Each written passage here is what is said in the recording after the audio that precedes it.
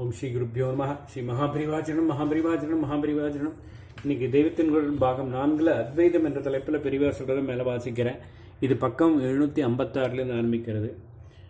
பரிணாமம் என்று வேறாக ஆவது வேறு, ஆச்சாரியர்கள் சொன்னது போல வேறாக தோன்றுவது வேறு. இதற்கு விவர்த்தம் என்று பெயர். பரிணாமம் என்றால் வாஸ்தவமாகவே ரூபம் மாறுவது. புழு வண்டாகிறது பரிணாமம். அப்புறம் அந்த புழு உண்டா? இல்லை. ஆனால் அதே புழு ஏதோ பீந்து போன ரப்பர் துணுக்கு மாதிரி தெரிகிறது என்றால் அப்பொழுது வாஸ்தவத்தில் அதற்கு ஏதாவது மாறுதல் ஏற்பட்டதா என்ன? அது புழுவாகத்தான் இருந்து கொண்டு இருக்கிறது. அதே சமயம் ரப்பர் பிச்சாளம் மாதிரி தெரிகிறது. இப்படி பிரம்மம் நிர்விகாரமாகவே தன் நிஜஸ்வரூபத்தில் எந்தவித சலனமும் இல்லாமல் தான் இருக்கிறது. அப்படி இருக்கும்போதே அதில் மாயையானது ஜெகத் தோற்றத்தை கல்பிக்கிறது என்று ஆச்சாரியால் எடுத்து சொல்லியிருக்கிறார். ரஜ்ஜு சர்ப்பநியாசம், அதாவது கயிறு பாம்பாக தெரிகிற மாதிரி என்று அத்வைத புஸ்தகங்களில் அடிக்கடி வரும்.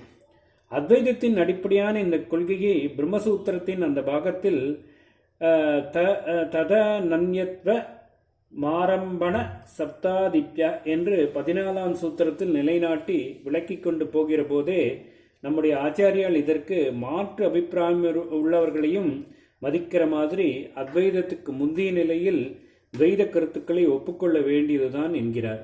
ரொம்பவும் ஸ்பஷ்டமாக சொப்ன தசையில் உள்ளவரை அந்த சொப்ன விவகாரங்கள் சத்தியமாகவே இருந்து முழித்து கொண்டே பிறகே பொய் என்று தெரிவது போல பரமாத்மாவே ஜீவாத்மா என்ற ஞான விழிப்பு ஏற்படுவதற்கு முந்தி துவைதமான எல்லா சம்சார விவகாரங்களுக்கும் சத்தியத்தன்மை பொருந்துவதாகவே கொள்ள வேண்டும் என்று சர்வ விவகாராணேமேவ பிராக் பிரம்மாத் மதா விஜானாத் சத்யத்வோபவத்தே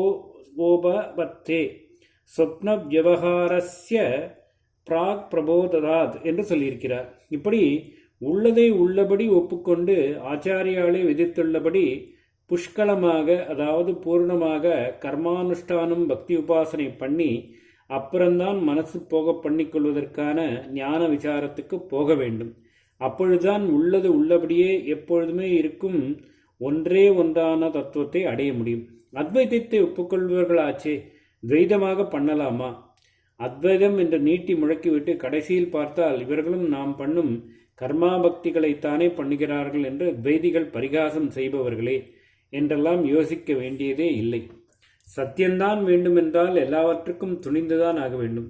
ஒரேடியாக பணிவதற்கும் துணிய வேண்டும். கொள்கை அபிமானம் உள்பட எல்லா மானாபிமானமும் போகணும். இதுதான் ஆச்சாரியால் வழி. வரட்டு சித்தாந்தம் பிடிமானம் போகணும். முரட்டு பிடிவாதம் என்கிறோமே, அது தன் வாதத்தையே முரட்டுத்தனமாக பிடித்து கொண்டிருப்பதுதான். இப்படி சித்தாந்த வாதத்தையே வாயளவில் பிடித்து கொண்டு வாழ்க்கை அனுஷ்டானத்தால் அந்த சித்தாந்த சாரத்தை தெரிந்து கொள்வதற்கு அடிநிலையிலிருந்து முயற்சி பண்ண பயப்பட்டால் உருப்பட முடியாது. ஆச்சாரியால் அவதாரத்தை முடித்துக்கொண்டு விதேக முக்தி அடைய இருந்த சமயத்தில் பக்தர்கள் அவரிடம் வந்து தங்களுடைய ஏராளமான உபதேசங்களின் சாரத்தை வடித்து சுருக்கமாக கொடுத்து அனுக்கிரகம் பண்ணுங்கள் என்று கேட்டுக்கொண்டார்கள். அப்பொழுது அவர் சாதாரணமாக நம் மாதிரியான உள்ள ஜீவன் அடிமட்டத்திலிருந்து எப்படி ஆரம்பித்து படிப்படியாக அத்தியாத்ம சாதனைக்கு போக வேண்டும் என்பதை 5 ஸ்லோகங்களில் உபதேசித்தார். உபதேச பஞ்சகம் என்றும் சோபான பஞ்சகம் என்றும் கூறப்படும். அதிலே வேதத்தை தினமும் ஓதி அதில் உள்ள கர்மாக்களை எல்லாம் நன்றாக அனுஷ்டியுங்கள் என்று முதல் வரியிலே உபதேசித்திருக்கிறார். சொந்த பிரீதிக்காக இல்லாமல் ஈஸ்வர பிரீதிக்காக இப்படி கர்மா பண்ணுங்கள் என்கிறார். அப்புறம் பகவதோ பக்திர் திருடாதீயதாம், அதாவது பகவானை திருடமான பக்தியோடு உபாசியுங்கள் என்கிறார். நாம் நிஜமான ஆச்சாரிய சிஷ்யர்களானால் அவர் தம்முடைய ஜீவ யாத்திரையை முடித்து கொள்ளும் போது முடிவாக அனுகிரகித்த உபதேசப்படிதான் நடக்க வேண்டும். அதாவது கர்மா பக்திகள் பண்ணி நம் சித்தம் சுத்தியாயிற்று, அதற்கு சிதறாமல் ஒன்றிலேயே நிற்கிற ஆற்றல் ஏற்பட்டு விட்டது என்று நமக்கு நிச்சயமான உறுதி ஏற்பட்ட போதுதான் கர்மாவையும் பக்தியையும் நிறுத்திவிட்டு அத்வைத விசாரத்தில் தீவிரமாக ஈடுபடலாம்.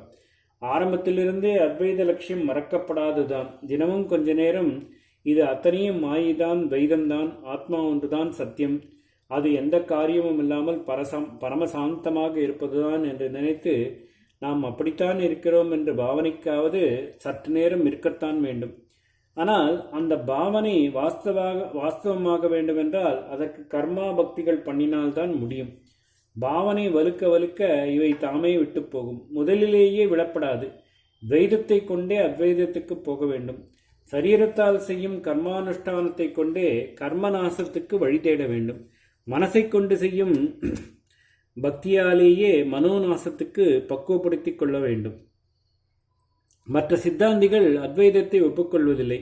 ஆனால் அத்வைதிகள் அவர்கள் சொல்கிற துவைதத்தையும் அத்வைதத்துக்கு ஏற்றிவிடும் படிகளாக ஒப்புக்கொள்கிறோம் என்பதில் ஆச்சரியமில்லை. வீட்டில் கீழே கிரவுண்ட் ஃப்ளோரில் இருப்பவர்களுக்கு மேலே மாடி இருப்பது தெரியாமல் இருக்கலாம். ஆனால் மாடியிலே இருக்கிறவருக்கு கீழே ஒரு தளம் இருப்பது தெரியாமல் இருக்க முடியாது. இந்த வீட்டுக்கு மாடி இருக்கான்னு என்று கீழே இருப்பவர்கள் கேட்கலாம். ஆனால் மாடியில் இருப்பவர் இதற்கு கீழே ஒரு ஃப்ளோர் இருக்கா என்று சந்தேகப்பட்டு கேட்க மாட்டார். இங்கே இருந்து, அதாவது கும்பகோணத்திலிருந்து சிதம்பரத்துக்கு போய் அங்கேயே இறங்கி விடுபவருக்கு மெட்ராஸ் இருப்பது தெரியாது. ஆனால் மெட்ராஸ் போகிறவர் சிதம்பரம் வழியாகத்தான் போக வேண்டும். மலை உச்சிக்கு போகிறவர் கீழே இருந்துதான் போக வேண்டும். அதனாலேயே கீழே உள்ள மலை பிரதேசங்களும் அவர் இருக்கு என்று ஒப்புக்கொள்வார். கொஞ்ச தூரம் மட்டும் போய் அங்கேயே நின்றுவிடுவர்களுக்கு உச்சி தெரியாது. அவர்கள் பார்வையில் அந்த உச்சி மறைந்திருந்தால் இதற்கு அவர்கள் வந்திருக்கும் இடத்துக்கு மேலே உச்சி இல்லை என்று கூட நினைத்து விடலாம். இந்த மாதிரி உபமானங்கள் கூட சொல்ல வேண்டியதில்லை. என்னவோ சொன்னேன்.